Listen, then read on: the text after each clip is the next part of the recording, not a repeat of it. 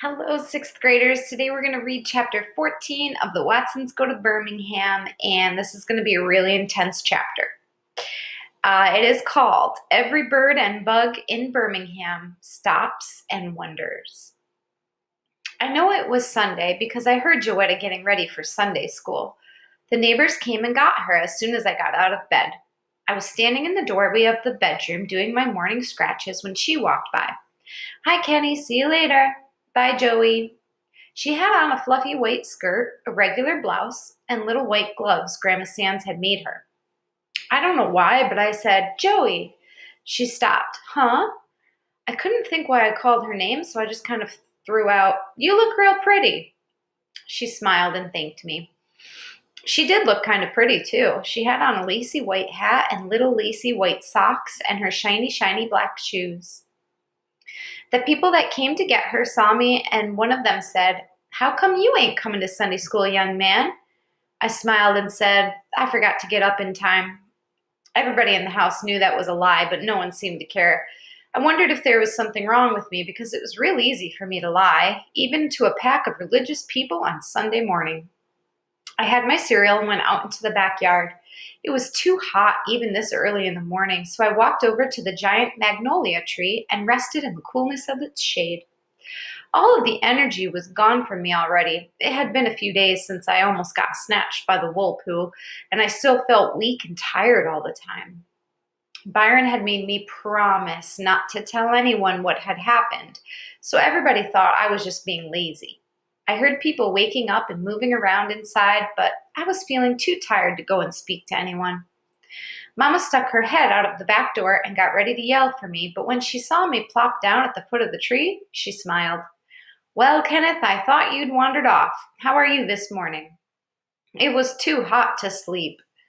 "Think you can last one more week?" "Well, this is better than winter up north." "Quit teasing, Mama. You know it isn't. I wish I was back in our igloo in Flint." She laughed and the screen door closed behind her. I started going to sleep under the tree and thought I was dreaming when the noise came. I felt it more than I heard it. The giant old magnolia tree shook one time like something had given it a hard snatch by the roots.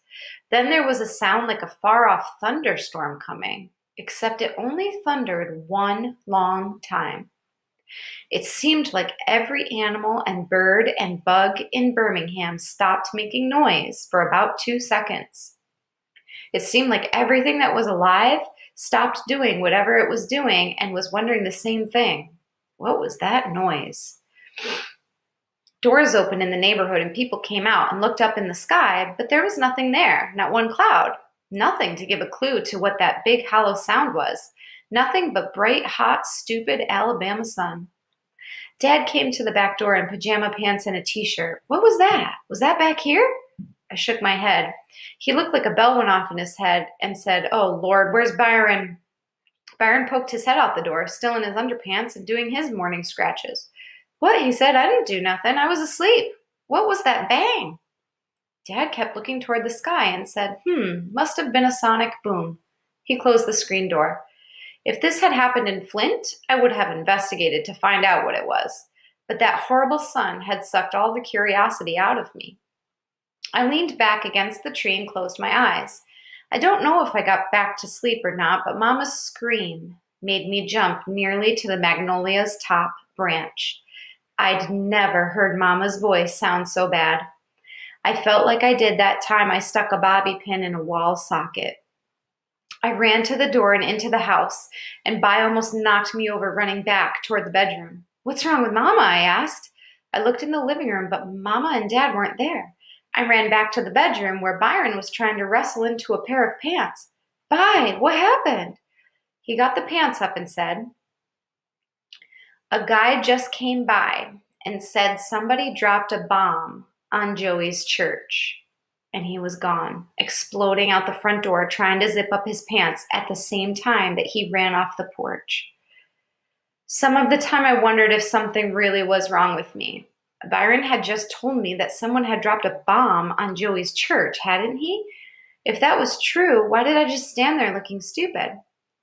If that was true, why was I only thinking about how much trouble Vi was going to be in when they heard how loud he'd slammed the screen door, and asking myself why he hadn't put on his shoes?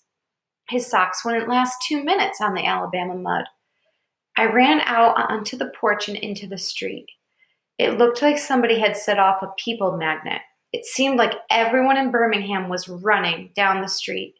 It looked like a river of scared brown bodies being jerked in the same direction that Vi had gone, so I followed. I guess my ears couldn't take it, so they just stopped listening. I could see people everywhere, making their mouths go like they were screaming and pointing and yelling, but I didn't hear anything. I saw Mama and Dad and Byron holding on to each other, all three of them looking like they were crazy and trying to keep each other away from the pile of rocks that used to be the front of the church.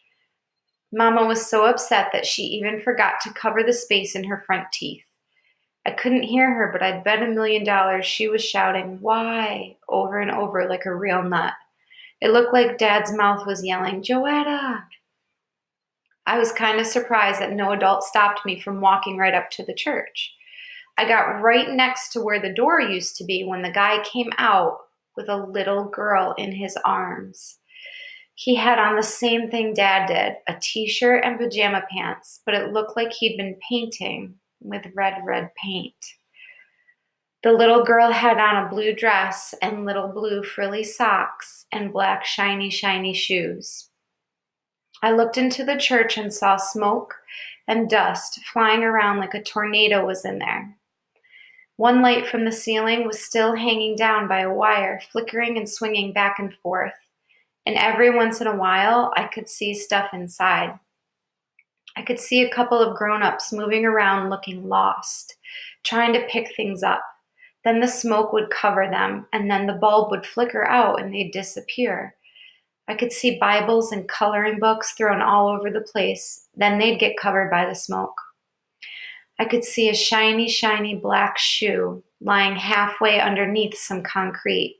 Then it got covered with smoke, and then the light bulb flickered out again. I bent down to pull the shoe from under the concrete and tugged and pulled at it, but it felt like something was pulling it back. All the hair on my head jumped up to attention. The light flickered back on and the smoke cleared, and I could see that hanging on to the other end of the shoe was a giant gray hand with cold, hard, square fingers.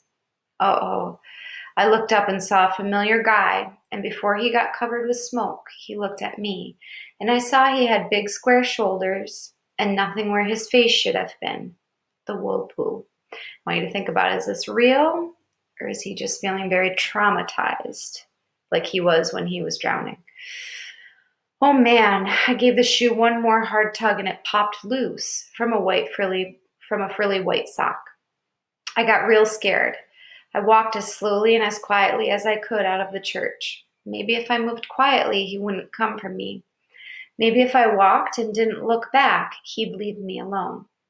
I walked past where the adults were still screaming and pointing. I walked past where that guy had set the little girl in blue, right next to where someone else had set a little girl in red. I knew if Joey sat down next to those two, their dresses would make the red, white, and blue of the American flag. Grown-ups were kneeling down by them, and the adults' hands fluttered down toward the little girls, then before they touched anything, fluttered back up over and over. Their hands looked like a little flock of brown sparrows that were too nervous to land.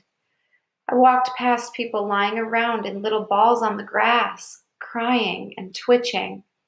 I walked past people squeezing each other and shaking.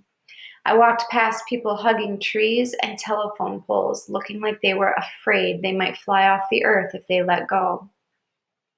I walked past 1 million people with their mouths wide open and no sounds coming out. I didn't look behind me, and I walked back as quick as I could to Grandma Sand's house. I felt like I floated up the front stairs. Then I made sure the screen door didn't slam and took my shoes off and went in and sat on my bed.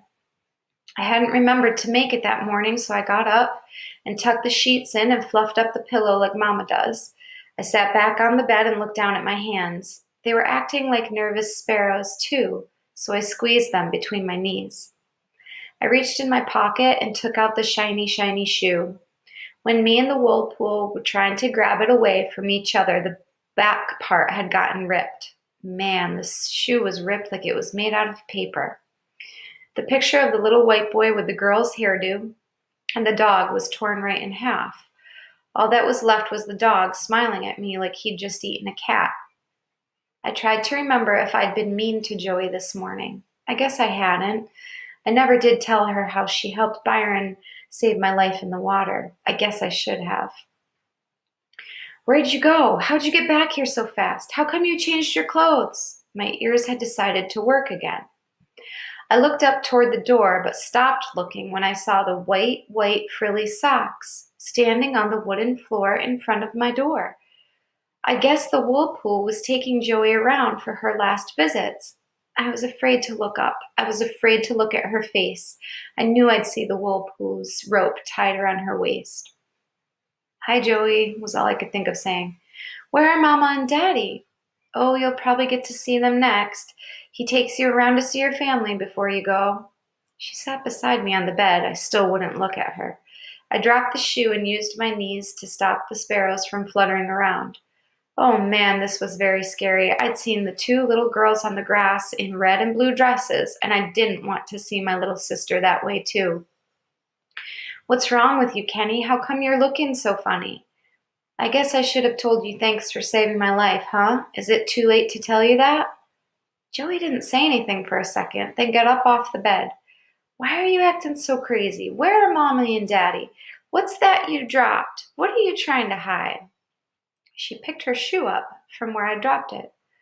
Ooh, Kenny, whose shoe is this? What did you do to it? It's yours, Joey. I got it from the whirlpool. You better quit trying to scare me, Kenny, or I'm going to tell Mama. This better not be my shoe or you're in big trouble, Buster. Joey walked out of the room, but I still couldn't look at her. The whirlpool was pull, whoosh, stopping her away. Joey! After a second, she came back into my room. What? She was sounding real mean. I didn't look up. I kept looking at my hands. I love you. Whop. The shiny, shiny, ripped shoe hit me right in the chest. Whose shoe is that? I finally looked up to see what Joey looked like. There were no ropes around her waist, and nobody with square toes was hanging around her. But what really surprised me was that Joey had both of her shiny, shiny black shoes in her hands. She'd taken them off at the front door. Kenneth Bernard Watson, you better tell me what's going on or I'm really going to tell. I'm not playing with you. Joey was imitating Mama so much that she didn't say Bernard. She said Bernard. Joey, didn't you go to Sunday school? You know I did. Don't you know what happened? Joey sat back down next to me. Kenny, I'm not playing with you. Why are you acting so weird? Her voice was starting to get all choky. Why aren't you still in that church? It was so hot in there that I went and stood on the porch, and I saw you. Saw me? Where? Kenny, you'd better stop this nonsense. You know you waved at me from across the street. You know when I tried to come to you, you kept laughing and running in front of me. You know I chased you all the way down that street. Joey got a funny look on her face. But you had on different clothes. Joey's voice was getting higher with everything she said. When she was done, she was sounding real crazy. Joey, so think about it, did Kenny really do that? That's it. You're through this time, mister. You don't know when to stop teasing, do you? That's it. I'm telling on you. Joey stood up and ran up the stairs, screaming, Mommy, Mommy, Mommy. I could hear Grandma Sands moving around upstairs, and she finally clomped down the steps and came into my room. Joey was hanging on her arm, still screaming. Grandma Sands must have real thin blood because even though it was hot as a furnace in the house, she had on a big thick nightgown and a big thick robe. The smell of baby powder came into the room a second after she did. What on earth are y'all doing raising this much Cain this early in the morning? Joetta, honey, stop that noise. Kenny, what's wrong with this child? Joetta finally said, He's trying to scare me, Grandma Sands. He won't tell me where Mommy is. Joey kept boo-hooing like a real idiot. Kenneth, where's Willona and Daniel? Grandma Sands pulled Joey off her leg and held her shoulders, then gave her a little shake. Joetta, you stop that noise. Grandma Sands can't handle that much noise this early, sweetheart. A bell went off in my head. The wool poo had missed Joey. He wasn't having much luck at all with any of the weird Watsons. I had to go to the church to get Mama and Dad and Byron. Grandma Sands said, "What are all them sirens doing? Lord, has the whole world gone mad today? Where's your Mama and Daddy?" The last thing I heard was Grandma Sands yelling, "Boy, if you slam that door like that again." I looked down and saw my socks flying over the Alabama mud. So that was a very traumatic chapter, and a lot of interesting things were going on there. So we'll talk about that. I'll see you for the next chapter.